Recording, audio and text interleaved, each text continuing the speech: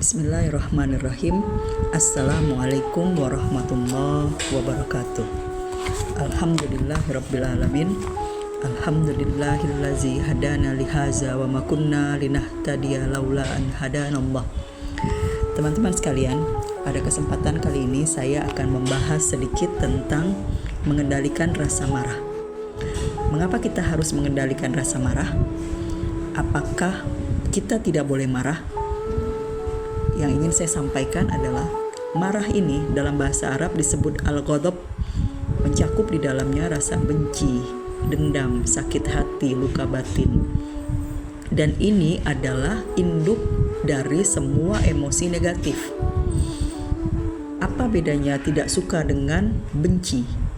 Kalau tidak suka itu menunjukkan value kita, karena nggak mungkin juga kan kita tidak ada rasa tidak suka.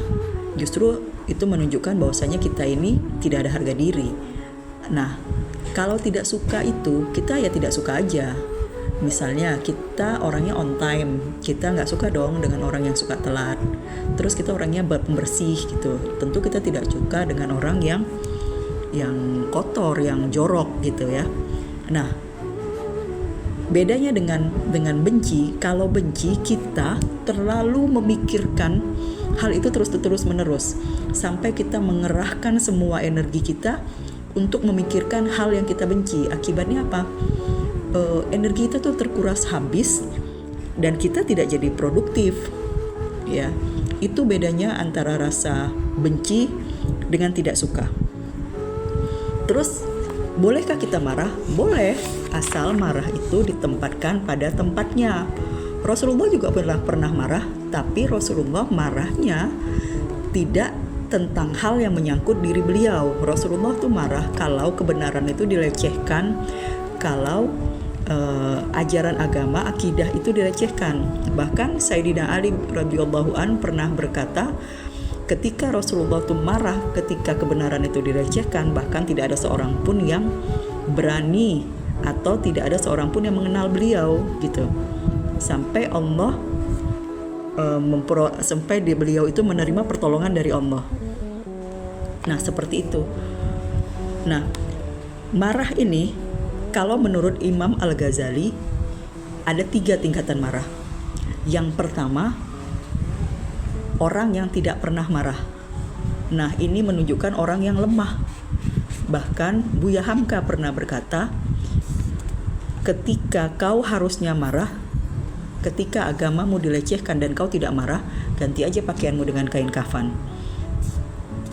Bahkan Imam Syafi'i pernah mengatakan bahwasanya orang yang seharusnya marah tapi dia tidak marah, dia sama aja dengan keledai. Ya, kita boleh marah kalau misalnya anak kita dilecehkan, pasangan kita dilecehkan, tapi marahnya juga tetap ada pada tempatnya. Yang kedua, marah yang berlebihan. Marah yang berlebihan itu seperti ngamuk-ngamuk, misuh-misuh gitu ya. Abu Hurairah pernah mengatakan, Rasulullah itu pernah bersabda bahwasanya dari Abu Hurairah mengatakan, la taghdab, jangan kau marah, dan itu kalimat dikatakan berulang-ulang. Jangan kau marah, jangan kau marah. Jadi hadis yang sering kita dengar, la taghdab walakal jannah, itu sebenarnya ditujukan untuk kriteria yang kedua ini, marah yang berlebihan. Yang ketiga, ini marah yang sebagusnya, yang paling baik, marah yang terkendali. Nah, ada hadis Rasulullah yang dari Abu Hurairah juga yang mengatakan, orang yang kuat itu bukanlah orang yang pandai bergulat, tapi adalah orang yang bisa mengendalikan dirinya di saat marah. Nah, ini marah yang paling baik. Nah, jadi walaupun sikap marah itu tidak bisa dihilangkan sepenuhnya, tapi tidak boleh juga kita pendam. Karena kalau kita pendam, itu akan membahayakan diri kita sendiri. Akan muncul penyakit-penyakit kronik, tapi tidak boleh juga kita lampiaskan. Kalau dilampiaskan, kitanya lega, orang yang menerima marahnya kita akan membuat sakit hati. Justru itu juga akan lebih bahaya. Karena di saat berarti kita sudah menzalimin orang itu. Nah, kalau kita udah menzalimin orang itu, nah, Allah itu kan paling tidak suka dengan perbuatan zalim. Jadi marah yang terbaik adalah marah yang bisa kita kendalikan, kita kontrol. Terus bagaimana caranya supaya kita bisa mengendalikan marah? Kita pakai rumus sajadah. Sadari, jeda, dan pilih. Pada tahap sadar, kita itu harus bisa kita tuh harus bisa menyadari pikiran kita, perasaan kita, imajinasi kita, dan sensasi fisik kita. Kita bisa menyadarin apa sih pikiran-pikiran yang sedang berceloteh tuh di dalam kepala kita.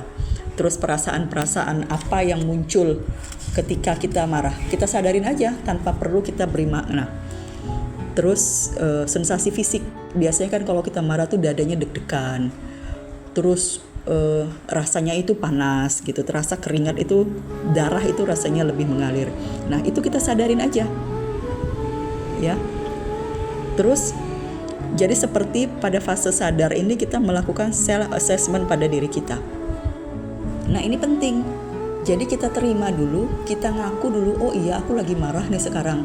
Kita sadarin, kita terima, kita izinkan kita lagi marah, bahkan kalau bisa kita peluk. Jadi jangan disangkal, jangan juga kita lawan atau kita abaikan. Kita terima aja, kita sadarin, kita izinkan. Ya, jangan denial. Setelah kita sadarin marah itu, kita masuk ke fase kedua. Fase kedua ini jeda. Kita berhenti sejenak. Apa yang kita lakukan? Diem aja dulu. Itu yang paling baik, kita diem dulu. Yang harusnya kita tuh kepingin ngomong di saat kita lagi marah, kita sadarin, kita diem pada saat itu. Kapan kita bicaranya? Di saat kita udah reda, kita baru boleh ngomong. Nah, kita sadarin nafas kita. Tarik nafas pelan-pelan, buang pelan-pelan, sadarin kita untuk mengendalikan diri kita. Kita lakukan refleksi diri, self-reflection. Kita tafakur, kita rubah posisi kita. Kalau kita lagi berdiri, kita duduk. Bahkan kita berwudu, kita sholat. Dan tools yang paling baik pada saat jeda ini adalah kita berdoa. Doa ini doa yang terbaik. Ya, bisa juga yang kita lakukan adalah dengan Quranic reflection. Kita membaca Quran yang kisah-kisahnya itu terkait dengan mengendalikan diri di saat marah. Dan yang paling tepat adalah kisah tentang Nabi Musa. Karena Nabi Musa itu sebenarnya adalah orang yang paling tidak bisa mengendalikan marah dulunya. Dan Allah sempat menterabiah beliau dengan Nabi Khidir, dan beliau tidak lulus pada saat itu. Karena beliau gak sabar. Karena sifat Nabi Musa itu kalau ada kezaliman, beliau tuh langsung mau diselesaikan dengan ya gak sabar, mesti mau diselesaikan gitu. Nah, akhirnya apa? Allah tarbiyah kembali Nabi Musa dengan dengan mengutus mereka ke Bani Israel. Sementara yang kita tahu Bani Israel itu adalah orang-orang yang paling tidak tahu diri, paling pembangkang, dan tidak tahu terima kasih. Dan apa yang dilakukan Nabi Musa? Ternyata Nabi Musa berhasil ditarbiyah Allah, beliau bisa mengendalikan marahnya. Apa kisah Nabi Musa ini dengan kaum Bani Israel? Kaum Bani Israel ini padahal Nabi Bani Israel itu adalah orang-orang yang hidup di zaman Nabi Musa. Mereka itu banyak melihat pertolongan Allah dengan mukjizat Nabi Musa, seperti yang tongkatnya berubah jadi ular, mereka diselamatkan dari Firaun, ya, mereka dibebaskan dari perbudakan, bahkan mereka itu melihat selamat dari kejaran Firaun kan, waktu laut itu terbelah.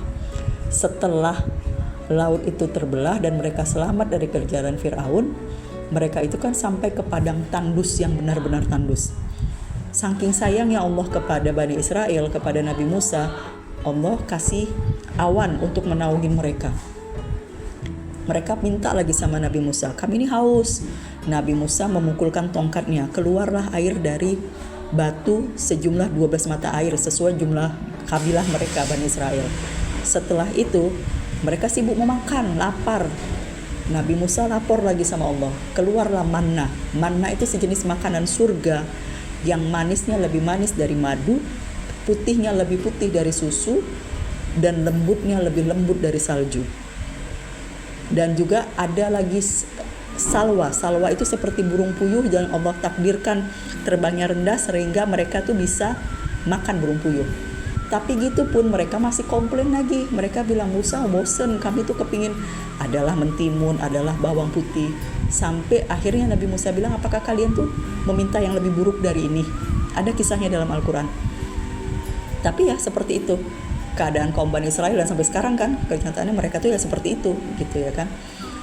Sampai apa yang dilakukan Nabi Musa itu saking kan kepingin menahan marahnya, dia berdoa sama Allah, A'udzubillahi an akuna minal jahilin. Ya Allah, aku berlindung kepadamu dari orang-orang yang bodoh. Karena apa? Kenapa orang bodoh jahil? Karena di saat kita marah, separuh kesadaran kita itu hilang. Jadi sama seperti orang mabuk, sama seperti orang nggak sadar gitu. Makanya kita harus bisa mengambil iktibar dari kisah Nabi Musa. Jadi di saat marah gitu tuh rasanya udah sampai ke ubun-ubun, ya berdoalah, lakukan sajadah ini, sadarin jeda, berdoa a'udzubillahi an akuna minal jahilin. Insyaallah itu akan bisa meredam kemarahannya kita. Ya. Terus habis itu apalagi yang kita lakukan? Pilih. Jadi kita pilih apa yang di dalam kendali kita. Jadi pikiran kita, ucapan kita, perasaan kita. Pakai non-violent communication. Jadi komunikasi tanpa menimbulkan rasa sakit hati kepada lawan bicara kita. Caranya apa? Kita memulai dari aku merasa marah padamu. Jadi kita sampaikan perasaan kita dan kita sampaikan juga harapannya kita. Aku marah pada engkau karena kau melakukan seperti ini. Padahal aku kepinginnya seperti ini. Jadi tidak sakit hati pada lawan bicara kita. Jadi kita benci perbuatannya, tapi kita tidak benci orangnya. Kita tidak boleh benci orang itu, karena semua kita ini masih koma ya, belum titik. Habis itu apa lagi yang bisa kita lakukan? Kita maafkan, kita pilih untuk memaafkan. Itu semuanya ada di dalam kendali kita. Kenapa kita susah memaafkan orang? Karena ada 5 mitos tentang memaafkan. Yang pertama, orang menganggap memaafkan itu untuk kepentingan orang yang dimaafkan. Padahal tidak, memaafkan itu untuk kepentingan diri kita sendiri. Karena bukan berarti kita membolehkan perbuatan buruk dia, tapi sebenarnya kita menjaga hati kita dari rusaknya atau hancurnya dari perbuatan buruk orang itu. Terus yang kedua, memaafkan itu orang menganggap sama dengan melupakan, padahal itu beda judul. Memaafkan dengan melupakan gak sama. Allah nyuruh kita memaafkan, bukan untuk melupakan. Yang ketiga, kita boleh memaafkan kalau orang itu udah minta maaf duluan sama kita. Ini juga salah. Karena apa? Berarti kita meletakkan kebahagiaan kita di mulut orang lain. Kita meletakkan kebahagiaan kita di tangan orang lain. Padahal untuk memaafkan itu cuma butuh satu pihak kok, cuma kita sendiri. Kita mau atau tidak memaafkan dia. Terus yang keempat, kalau kita memaafkan orang itu berarti dia lepas dong dari hukuman. Padahal memaafkan itu tindakan psikologis, ya hukumannya tetap berjalan. Yang kelima, kalau kita memaafkan dianggap kita orang yang lemah atau itu perbuatan bodoh. Justru dengan memaafkan itu menunjukkan kekuatan kita. Jadi teman-teman, sering-seringlah kita memaafkan. Karena apa? Mungkin perbuatan orang itu terlalu menyakitkan buat kita. Tapi tetap maafkanlah. Karena apa? Kita butuh maafnya Allah. Kita butuh ampunannya Allah. Kan Allah sudah berfirman, Bismillahirrahmanirrahim, wal ya'fu wal yasfahu ala tuhibbuna ayyaghfirallahu lakum wallahu ghafurur rahim. Hendaklah mereka memaafkan dan berlapang dada. Apakah kamu tidak suka bahwa Allah akan mengampunimu? Allah Maha Pengampun lagi Maha Penyayang. So teman-teman, kita memaafkan bukan karena perbuatan mereka itu layak untuk dimaafkan, tapi kita memaafkan orang lain karena kita butuh maafnya dari Allah. Demikian sharing singkat saya pada saat ini. Semoga bermanfaat. Saya tutup dengan Assalamualaikum warahmatullahi wabarakatuh.